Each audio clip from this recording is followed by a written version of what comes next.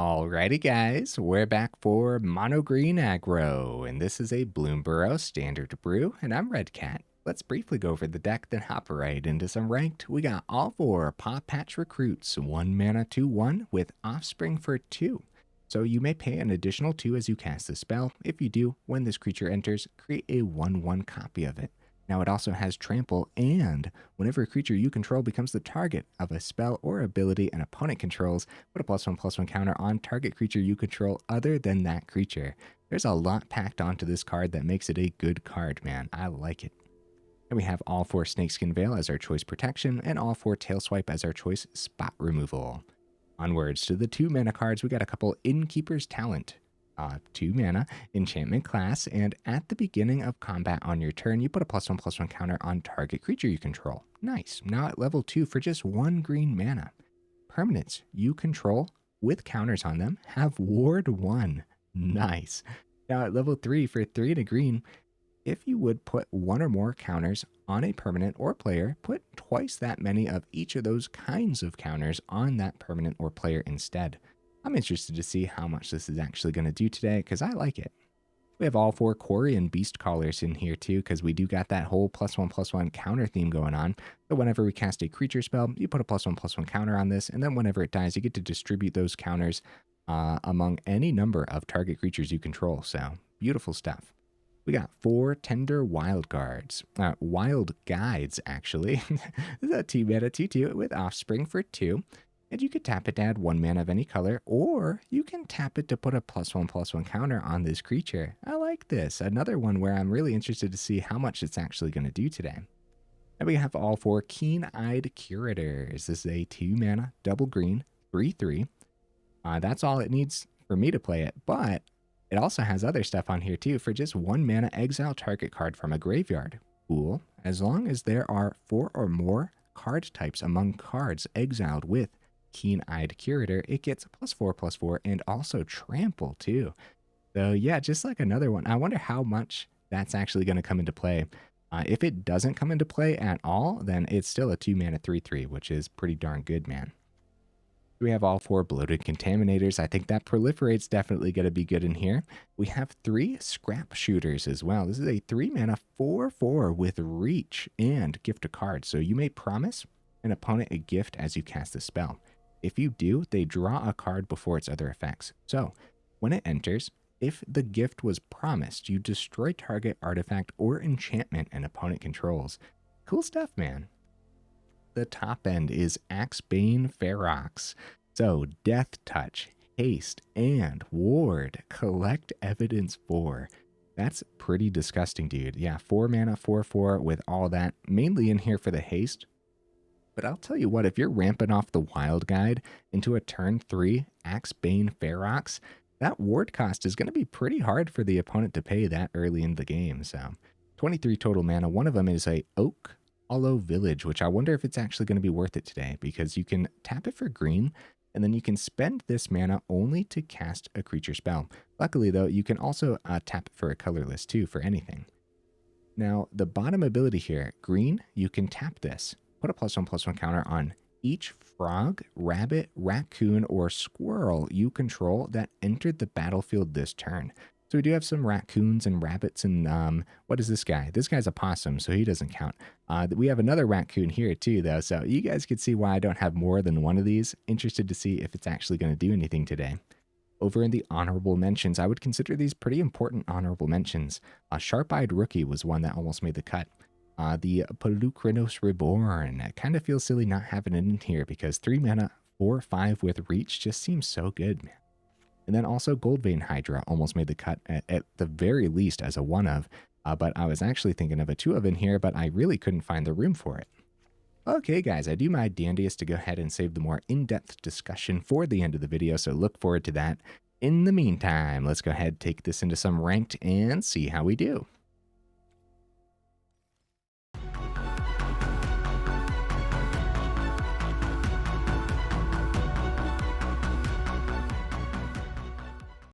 Right into that first game, guys. What am I expecting from the build? A little bit, bro. I think we got really powerful cards packed in here. Opponent goes first. double Keen-Eyed Curators and double Tender Wildguides. I actually don't mind this hand at all. I'm keeping this. A Swamp, Forsaken Miner. Oh no. They went first, guys. Skeletons can go really, really fast. Okay, just keeping double swamp open. That's not a great sign for the survival of our cards. We're going to try a wild guide. See what happens to it. Alright, it wasn't instant speed at the very least if it was a removal. Swing in, we'll take that too. Wild Guide survived the turn, guys. Holy cow. And another Beastcaller off the top. While we have this to tap for mana, we're going to tap it for mana. Let's just double down on the Beastcallers then, right? I think so. That's pretty good. And all these other 2-drop creatures in hand too. Holy cow. Nothing from the opponent. Again. What on earth? Okay, Bloodletter. Okay, that's a little scary. Another forest. Whenever you cast a creature, we're probably just going to double down on a couple Keen-Eyed Curators here. And probably take the turn to put a +1/+1 counter on the Wild Guide too. All of this before combat, of course, because it heavily affects our combat. Get that swing. We got a great board, man. They're going to take the 9. I would say that they're in trouble. If, I suppose we could always die to a Bloodletter combo, huh? Let's see it. Opponent could drop the 5th mana. There's the 5th mana. Okay. Bloodletter combo. I forget what the other card of the combo is. Yeah, Rush of the Dead. Oh no. Man, the opponent did not need to do a lot that game, did they? The whole time I was just like, well, I think my things are going to die here. But guys, in the last video, we accidentally ranked up to Diamond.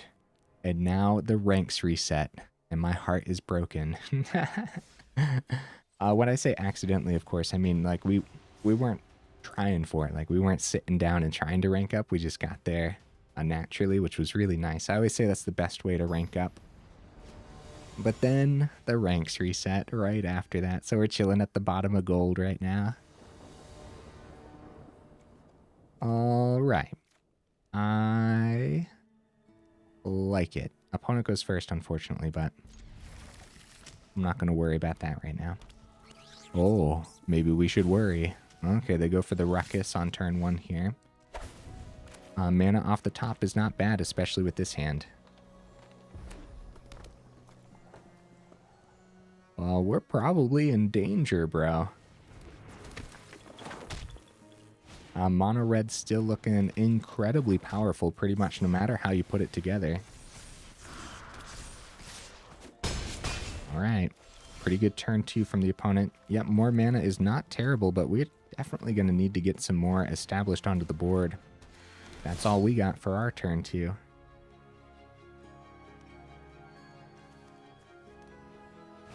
The Keen-Eyed 3/3 would have been a little bit better here. They accidentally swung with the middle Swiftspear, and I'll take it. Or, I guess it technically maybe it wasn't an accident, right? Because we could have traded into the Codebreaker. But just keeping the Beastcaller on the board, of course, is much better for us. We could go second Beastcaller and have the Snakeskin Veil available in case they find Burn. But I think it's just going to be the Scrapshooter for the turn. I guess technically we could gift a card and pop the Ruckus. That does get rid of like the whole Menace nonsense, but they will draw 2 cards then because Ruckus replaces itself. That's actually pretty bad, I would say. Now the question is, when do we decide to start putting some pressure on? I'd say not this turn, not yet. I mean, we're definitely the ones on the defense. I'll double block that Swiftspear and see what happens. A Monstrous Rage, of course, would be devastating, but pretty much anything's devastating. Pretty much. I mean, yeah, let's see what happens. Let's see. Because they do have 2 mountains open, so like we could lose both things here easily. Oh, Dreadmaws. Oh, nice. Nice. And we got to keep the Scrapshooter around as well. Not bad. They replaced the Ruckus. That could have gone so much worse, guys. For real. Alright, so I wouldn't mind the Snakeskin Veil, but they haven't shown that they had any burn yet. With the Scrapshooter having reach, we should probably keep that one back. Yeah, you know what? I'm actually going to go for a combat trick next turn. And we're going to swing with this and hopefully not die. We'll start putting some pressure on, and we'll see what that Beastcaller can take care of with our Snakeskin Veil. Hopefully that's not too greedy. Because right now our Ferox with the haste. Alright, let's see what ends up happening here. I'll take the block. Yeah. See what ends up happening. It's just going to be more buffs for the Codebreaker, actually. So is it worth just saving the Snakeskin Veil for next turn instead then? We're taking 4 here. I suppose we will take the 4 then and save the Snakeskin Veil for something next turn, potentially. The shooter does not get a counter because the Beastcaller had no counters, but I guess that's something to consider if we would have dropped the Veil on it. And we would have taken 1 less as well. Another forest off the top isn't great. Ferox comes down. If we're not careful, guys, Demonic Ruckus or Menace or any other buff to this Codebreaker, since it already has Trample. Man, I'm trying to think like how much do we want to risk, and I think we risk it all. So we get them down to 10 to threaten lethal next turn if they don't win this turn. They have a pretty good chance of winning, I would say.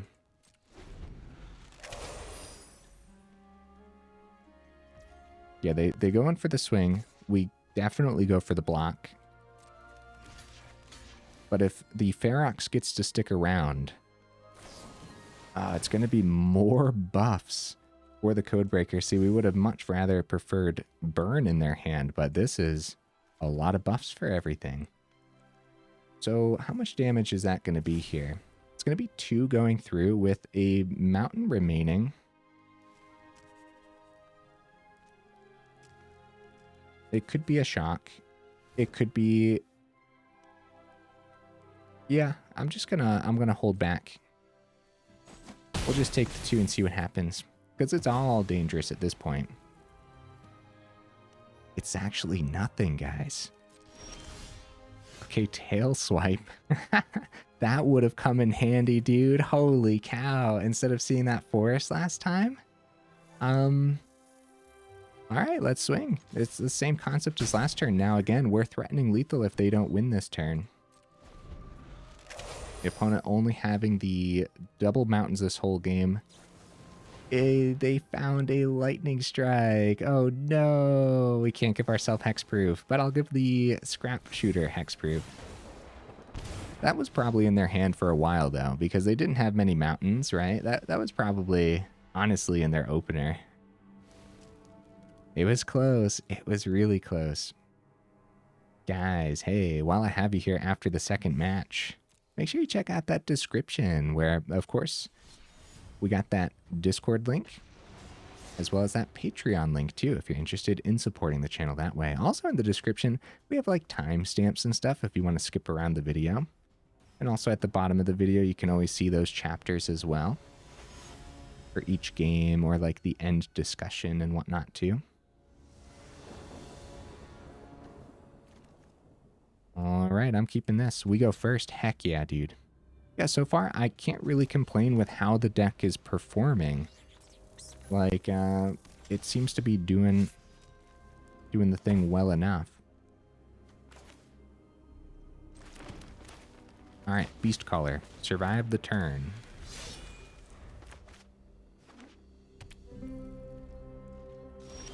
Okay, with Golgari colors open, we're actually just going to save the recruit for now. We're going to get the Keen-Eyed down and have the Snakeskin Veil open. We're finally going to get to see this Snakeskin Veil do the thing against Golgari, you know?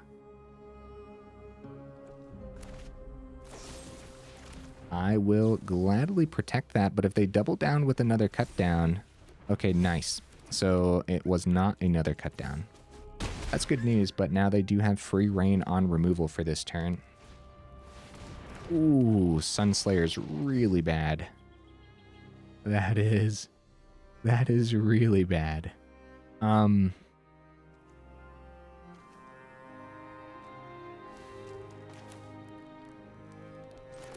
What on earth do I want to do about that? So First Strike, Death Touch, just getting around pretty much everything. So no great successful swings. The opponent's still at 16. We're going to take the turn for a little bit of setup, and hopefully that's okay. We'll Offspring the Pawpatch Recruit. Hoping us go wide a little bit here. And then we do have one open still for the Keen-Eyed to go ahead and exile something from a grave. Yeah, it's not worth the swing, right? I don't think it is. I don't think it is. Not yet, at least. That's a really tough decision. Because we could have squeaked the 3-buy and then put the Beastcaller's counters on something else. Getting them down to 13, I just don't think that's going to be enough right now. Oh, can I not? Could I not do that at instant speed? Oh no. I don't think I had priority, that's the thing. That's okay, that's all we had right now anyways. And they're tapped out, so we'll go ahead and take the cut down. Maybe I had to hit full control? Actually, I'm not sure. Snakeskin Veil. Hexproof, not indestructible, unfortunately. Let's see here.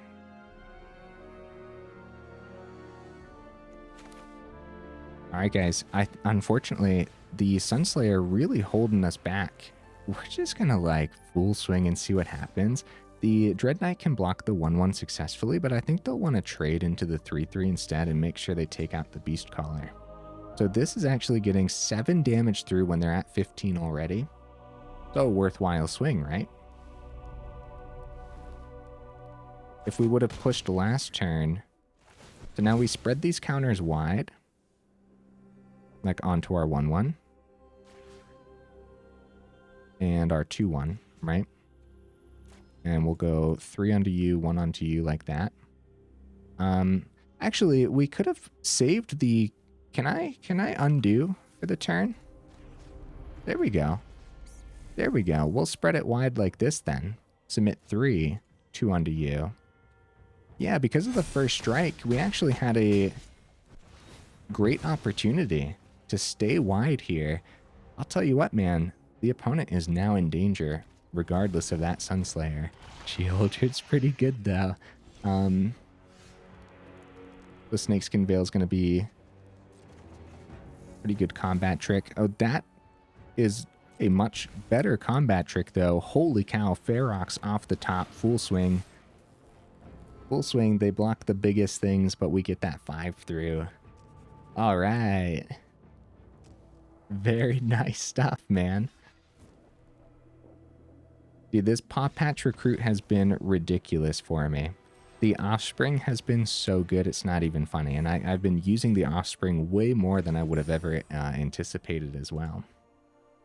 Heck yeah, I had fun. That Sunslayer was making me sweat a little bit, but we were just able to push through with a big old chunky creatures. That Ferox, dude, that was an awesome top deck there too. All right, guys, let's keep the ball rolling. And hey, while I have you here after the 3rd match, right? That was the 3rd game, I think, right? Too much magic in the last few days, guys. But while I have you here, make sure you let me know in the comments, what do you think of Red Rat? I've been saying this, I've been calling it Red Rat, but it's also like Red Mouse because of all the awesome red mice that we got with the set. Right? There's nothing wrong with these, dude. These hands have been beautiful.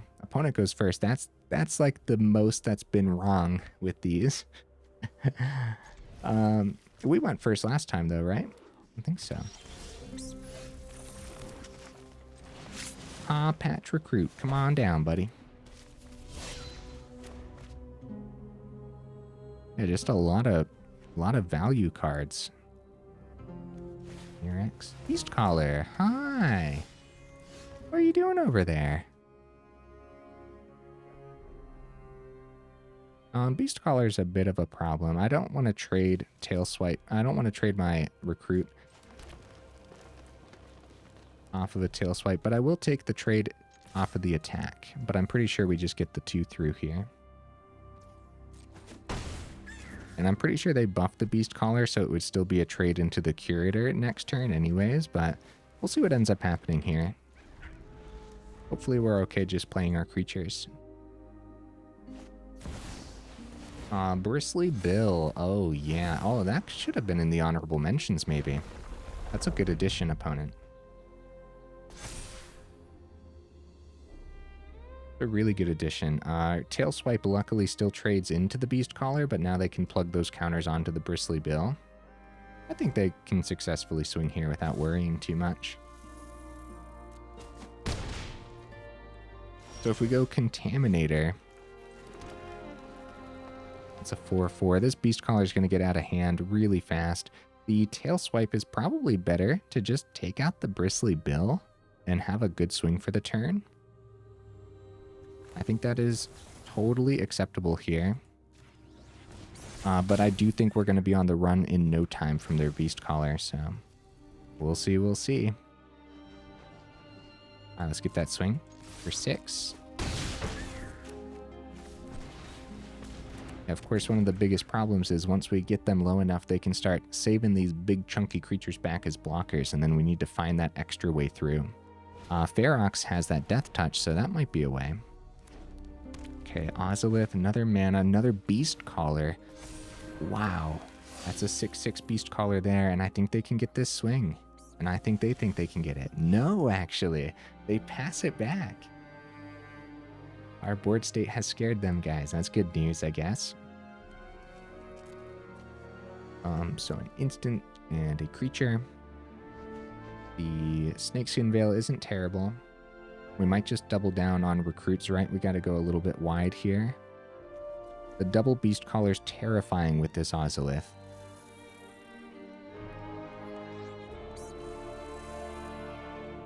My apologies, opponent. I'm thinking, buddy. The full swing, we lose 1 creature here and potentially trade the recruit into the Beastcaller. I think this is still a full swing and see what happens type of turn, because they don't know what's in hand, and I think we're in danger. Double Beastcaller, like next turn, they just start popping off with these extra bonus counters. They don't know what's in hand too, so okay, they go. Okay, see, this is 6 damage getting through. Really good, man. And then instead of the Contaminator, unfortunately, we're just going to go for the Pawpatch Recruit to go a little bit wide here. But then also, if they find anything that targets our creatures, we start stacking counters on top of all of it.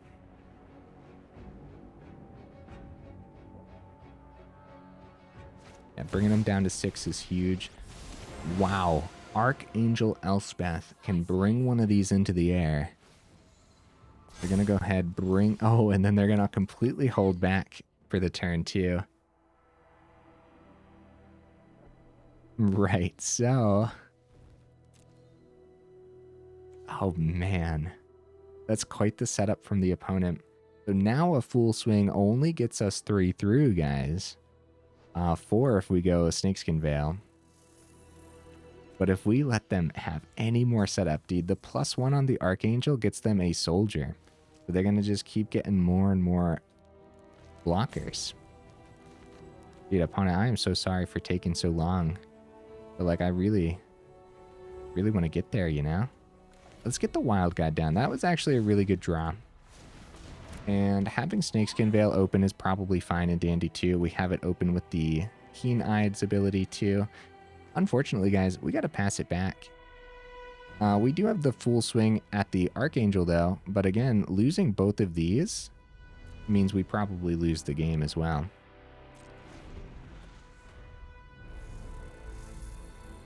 So having the ramp off of the Wildguide, if we don't see Forest off the top, will mean we have the Ferox next turn. At the very least, that's a nice hasty thing. So they do get that other chump blocker. And we have only 2 trampling creatures on the board, which are just tiny little recruits right now.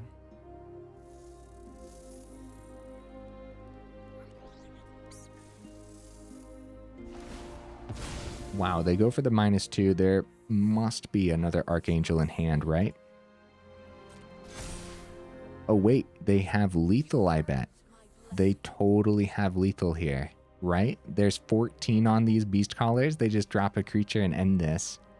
Oh, we should have swung at the Archangel to survive the turn. There's just way too much to pop off. Oh, that also works. Wow. So getting this Beastcaller into the air was super essential for the opponent.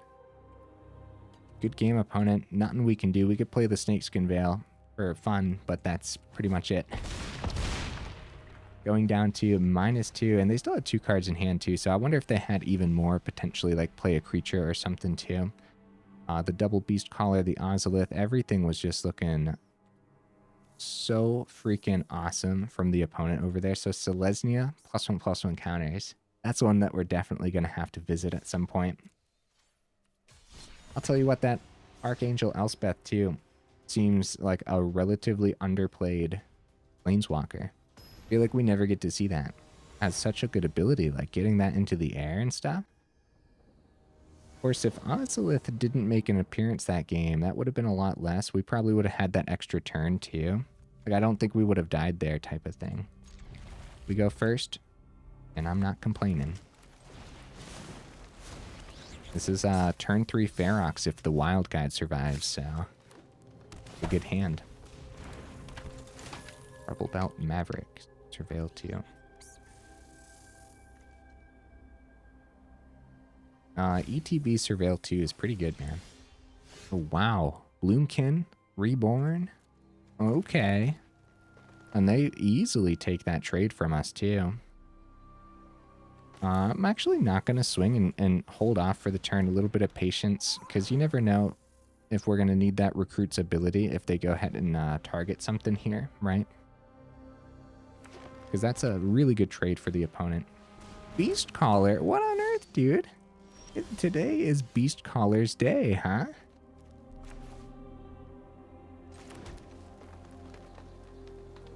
I think we stay on task. We could plug a counter onto the Wildguide, but let's stay on task here. Get the Ferox down. Start swinging. And again, unfortunately, guys, this Beastcaller is going to be a real pain in the butt for us, as our only removal in here, of course, is a fight spell, Tail Swipe. And Beastcaller can outgrow that really fast. We also have the Charm, too, that is 3 mana. Alright, Bristly Bill. This is a strange evening. But yeah, it looks like now we're up against mono green counters, which is kind of what we're playing right now. And again, Bristly Bill should have at the very least been in the honorable mentions. Yeah, the Beastcaller trading with the Ferox now. I wonder if they accept that trade or if they want to grow that Beastcaller a little bit higher, because I think we accept that trade because they don't know what's in our hand too. Oh, see that? So they're anticipating like potentially something else here. We will take care of that Beastcaller. They get to spread these counters, but luckily it's going to come off the board, which is pretty good for us. What is, oh, Death Touch. Okay, Death Touch hits them both. Okay, well, that's good at least, right? So Bristly Bill gets the 2 counters then. Okay. Okay, trying to keep up with the game of Magic. go ahead and get Bloated Contaminator down. And we could go for the counter on the Wildguide, but I think just getting the other Wildguide down, especially against mono green, right? No board wipes. That I know of, hopefully. That'd be something else going up against mono green and they wipe your board. Like I literally, I can't think of anything. You guys will have to let me know in the comments if anything like that has ever existed. All right, Bristly Bill looking stacked, dude. Oh, Tumblewag. Okay, a very different version of mono green counters for sure. Looks awesome though, looks really good. Hey, there's our Beastcaller. That's also really good. This might be a back and forth game, guys. We're gonna take the time, get everything down. Hold up. Yeah, we have no good swings. So, yeah, if we swing wide right now with 3 cards, we lose Contaminator, and they could easily trade. But the trades might be pretty decent. No. Unfortunately, I don't think the trades are in our favor there. So we're going to start buffing that Beastcaller. Continuing to go wide. No attacks. Yeah, we'd want to attack before draining our hand because they could anticipate like some kind of combat trick or something. Dude, this Bristly Bill has been pretty rough in both games. But we took out the other one pretty fast, so. Oh, that's right. I still can't click on graveyards. There we go. So they saddle up. Oh, yeah, we're in trouble. But if they swing, they might be in trouble, like pretty fast. They do go for that swing. Double the counters on the Tumblewag for survival. They do not. They say it's okay if you trade. That's what they say. All right. Bloated Contaminator. Actually, just take the 4. We don't know what they're going to play for the turn. I'm just going to take the 4. No blocks. I was about to accept that trade, but we're pretty wide here, man. And... okay, Beastcaller. And a Beastcaller. Oh, no. Oh, no, guys. And something else. Oh, it's going to be the Maverick. Okay, okay, nice. Well, they're finally done, so I'll go ahead and tap the Wildguide. I would call that a successful turn from the opponent, and mana off the top is not what we want to see. So the Tumblewag with the double Beastcaller play, then the trade was so worth it on the Tumblewag, but there was a part of me that was like, hold on a minute, we might actually have a really good wide swing. So now though, now we're in trouble. I think we just like pass it back. Yeah, I don't know. I don't know about this one, guys. That is one beautiful setup that they got over there. Okay, saddle on up. I think they might want to start swinging with that Bristly Bill. Going counter onto the Tumblewag again. They double on the Beastcaller, so they must not have any creatures in hand, right? Is that safe to assume? All right, so we're gonna block with something. I don't really know what I want to block with right now. Let's double block with like the Contaminators, I guess. Because the Wildguides continue to grow every turn. They could grow past the Contaminator if this is a long enough game. Oh, they have the 5. Oh, I completely overlooked that, guys. Well, I think that would be a nail in the coffin regardless of the block, though. So we lose both Contaminators, but doubling those counters on the Bristly. Yeah. Oh, yeah, we're in so much trouble, man. Keen-Eyed Curator. All right, let's get that other forest down. Get our Raccoon Scout down. Does buff the Beastcaller. So we should have just taken the damage. If they would have doubled it, it would have just been 8 damage, but we'd still have a couple Contaminators on the board. And then we would have had a really fun full swing, which is what we would have went for. So creatures over there, creatures over here, nothing too fancy from us. All right, next turn, they can just double the +1/+1 counters again. So let's just full swing. I believe we have met our demise, and this is my way of conceding. So I should have taken the damage and had a much more fun full swing with a couple extra Contaminators on the board too. Now that would have been pretty cool. They would have still had good blocks, but yeah, they would have had an extra chump blocker here too, so yeah, good game opponent. Go ahead and play it out, buddy. Double on up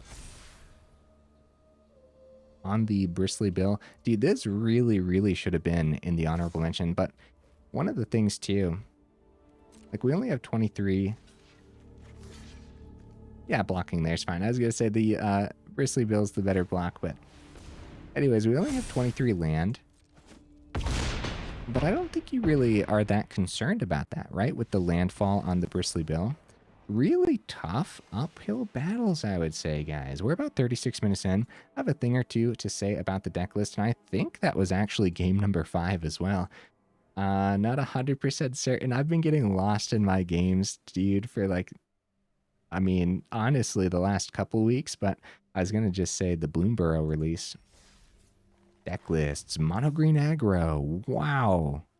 This poor mono green list struggled today. I would put it on the do not craft list, guys, although I will admit I feel like we got a little unlucky in some of those. It kind of felt like it lined up a little bit too well for the opponent sometimes, but I don't like those kinds of excuses either. So be cautious about this.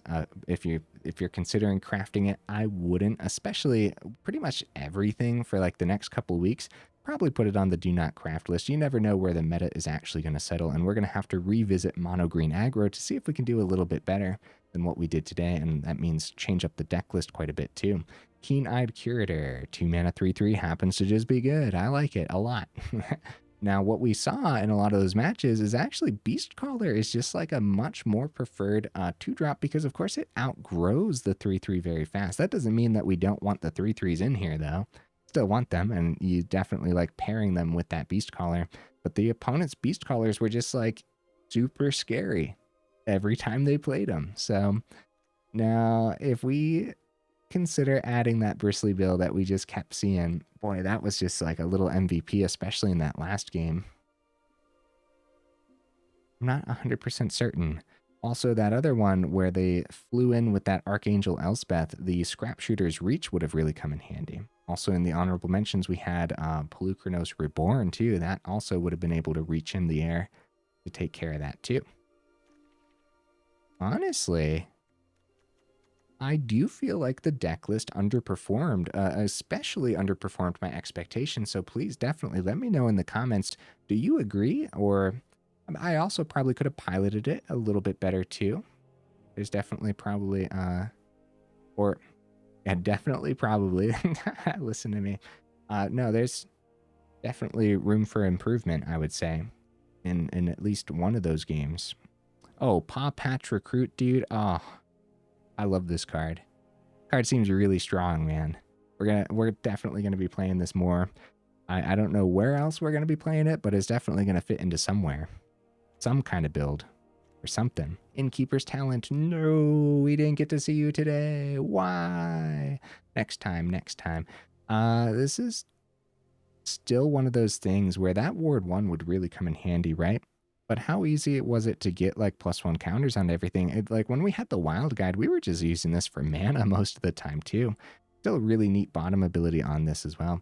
And see, this is one of the reasons why we want to put it on the do not craft list too, because there's a lot of new rares here. The Wildguide and the Keen-Eyed Curator and the Recruit, although the Recruit might very well be a safe craft, but still, it is another rare from the new set. And the Scrapshooter is also a rare. Dang, dude. Also, Ferox, but it's not a rare from the new set. Archdruid's Charm, rare. Contaminator, rare. Beastcaller, rare. Wait a minute, stop it. Innkeeper's Talent, rare. Hold up, bro. Holy cow. This is a very expensive deck list. I don't know why I wait to do this until the end of my videos when I'm like sorting it and stuff. And then I like look at it. Holy cow, man. So I was just putting the deck list together for what I thought would work the best. Apparently, there's a lot of really good green rare cards, huh? Or from what we saw today, maybe they're not as good as I'm thinking, right? But no, I still, hold up. I really do not like how I sorted that. This is another bug I've been getting since the new set. It won't actually apply my styles, unfortunately. I have to go in and click it every single time. What could we do to this deck list to make it a little bit more consistent than what we saw today? I'm not 100% certain, guys, because when I'm looking at it, I really love that curve. This is, like, yeah. I really like how the curve looks. I really like where the creatures land. I like how it played out today. I really like how the draws were today. But the opponents were just bringing it a little bit extra and a little bit more powerful. So does that mean we just need to reconsider some of the cards altogether? Maybe. This is this is a tough one because it feels like we need to change something. But I'm looking at it and I'm like, dude, we just got so much power packed in. Like, it's not even funny. Like, you got to question how it's even possible for opponents to have an equal amount of power packed into their lists. Maybe the Wildguide, maybe there's something better than the Wildguide. I really like the Offspring cards, though. I like that if we have nothing else on turn 4, we could play the Wildguide. We get a 2/2 and a 1/1 version. Look at the cute little token, too, the little Possum Druid token. It's freaking adorable, man. I love that the Offspring tokens are different than, like, different arts. It's so cool. The new set has been pretty awesome so far, and one of the best parts of it so far is just the art, right? You guys agree with me? Like, the art is so fun to look at from this new set. It's always fun to look at, don't get me wrong, but Bloomburrow art, there's something about it. It's so freaking cute, man. All right, guys. Hey, enough rambling. If you made it this far into the video, for real, y'all are champions. I super duper appreciate you. Oh, guys, I forgot to bring it up somewhere in the middle, but hey, I'm trying to do the YouTube thing a little better. So, if you liked the video, make sure you drop it a like. And if you like the channel, make sure you drop it a subscribe, I suppose, is something that I should say sometimes. But either way, again, y'all are champions, and I will see you in the next video.